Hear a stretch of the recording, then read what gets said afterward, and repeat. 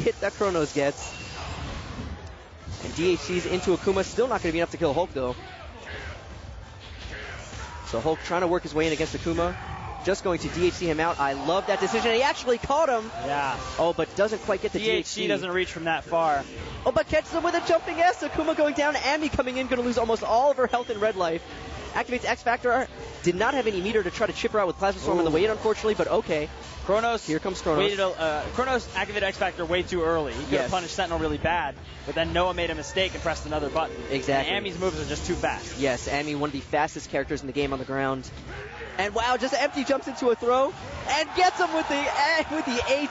He is so brave with that H. Not only, I also want to note, so smart after the throw, backing up, predicted the tech roll forward. If Kronos would have tech rolled back, he would have been fine. He would have just been able to get up and walk away. Absolutely. So Noah taking game one, the crowd loving it, just going for those standing H's, and Kronos, you can see, just so scared to try to punish. He does not want to walk into a chained S after the standing H. Noah hit H again, but Kronos got 2 hits in before the hitbox activation. Yeah, Wolverine's so fast. The standing H only has 1 hit of armor. Ooh. Maybe a missed punish opportunity there. Yeah, there's what we were talking about. Oh, wow, the exchange missed somehow.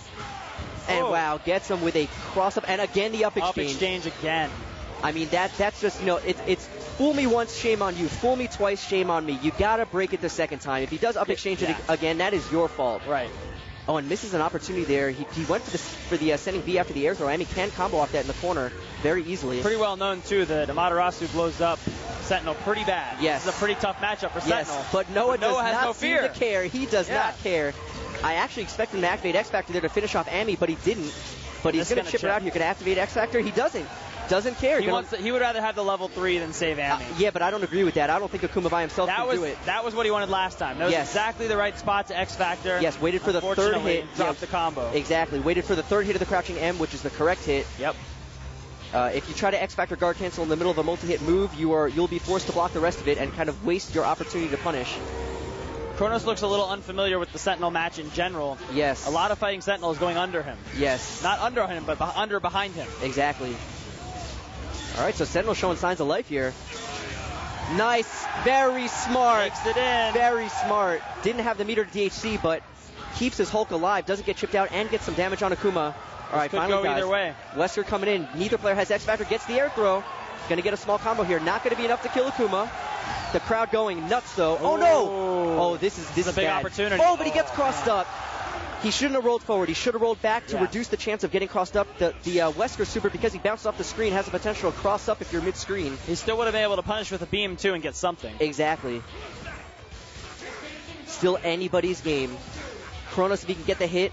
We talked about this before. Akuma, one of the few characters that can chain multiple supers together without the aid of an assist. So if he can get the hit, but he doesn't, and Noah takes it, and the crowd is literally on their... Next, we are going to have Flo, we saw earlier, and another player that we saw earlier on the stream, Dragoomba from Idaho. Dragoomba. Yes. Tell me about Dragoomba.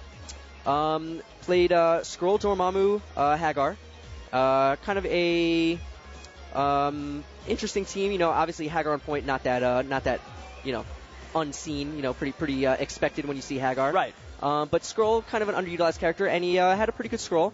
So definitely gonna give Flo a run for his money, I think. Great.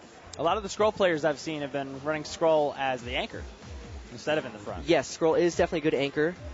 Definitely be sure to check out BrokenTier.com. We've got some deals running this weekend. You can take 10% off of your order with the coupon code EVO2K11 at checkout. They have some really community-inspired stuff. If you're a fan of the genre, of the community, of the streams, this is the stuff you want to be seen in public with. Absolutely, and these are some gaming shirts that I would not be ashamed to be seen in public.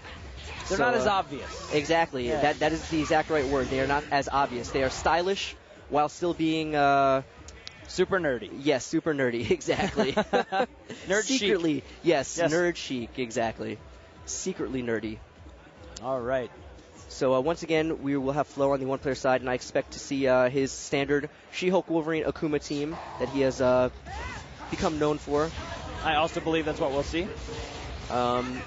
We talked about this earlier. Usually you see Wolverine as the point character on a Wolverine team, but I actually like the fact that Flo plays him in the second slot, because if you're going to be left with two characters, I'd rather be left with Wolverine Akuma as opposed to She-Hulk Akuma. Oh, hell yeah. Yeah, so, and She-Hulk benefits from having as many assists as possible. Even though Wolverine, not really known for having the best assists in the game. Very true. And, wow, just like that, Flo gets the first hit, jumps over his opponent at the start of the round, and calls Akuma, for the cross-up. The hit area on that Akuma assist is way taller than you think. It's very hard to hit him out of it. You come down from the top, you come from the bottom, you're just getting smacked around. Yes, it has very high priority as well, which is really why most players pick it. It's very hard to hit him out of the startup, even though it is possible, but you don't see it very often. And it destroys me. Yes. Or X-Factored and tried something. Right. And it's really unfortunate he didn't notice that he still had the option, because that could have changed the whole match. Or he could have just X-Factored and blocked and just taken no risks. Yeah. Although I think in that position when you're Take down a risk. Hagar versus Team of 3, you got to start to take some risks. Absolutely. So, well played from Flo. Check out Team Mad Catz Evo 2011 online promo. You can receive 20% off all your Mad Catz products using the coupon code EVO11. That's EVO11. The first 300 orders using this coupon code are going to receive the limited edition gold keychain, which I'll show you here in a minute. Super cool. It's only available for Canada and the U.S., but here it is. Looks like a normal everyday keychain. It's like a little arcade stick, but here's the goodness. Yes. Oh my God, there's an Allen tool in here. There's a hidden treat inside. This will let you void your warranty on your Mad Catz stick by opening it and fixing it. It doesn't void your warranty, does it? Sure does. I thought it only voids your warranty if you open it from the bottom. Oh, I don't know. Whatever. It's cool. I'm pretty sure. You can go in there and fix bad connections, replace the buttons, put in new colored buttons or sticks, add new art, whatever. I mentioned yesterday on the stream that I wish I had one of these. I might actually just kind of hold on to this one if it's still here tomorrow. But I had to, one of my buttons went bad, and I had to open up my stick right before I left, and it was a pain. I had to look all over my house to find an Allen key that fit the top. I actually walked around my house for about 20 minutes a couple weeks ago when I had a bad button looking for my Allen key set. Yep. Until I realized I had that keychain in my pocket the whole time. You actually have it on your keys? I have the blue one. Go figure. And I just was like, oh my God, I'm an idiot.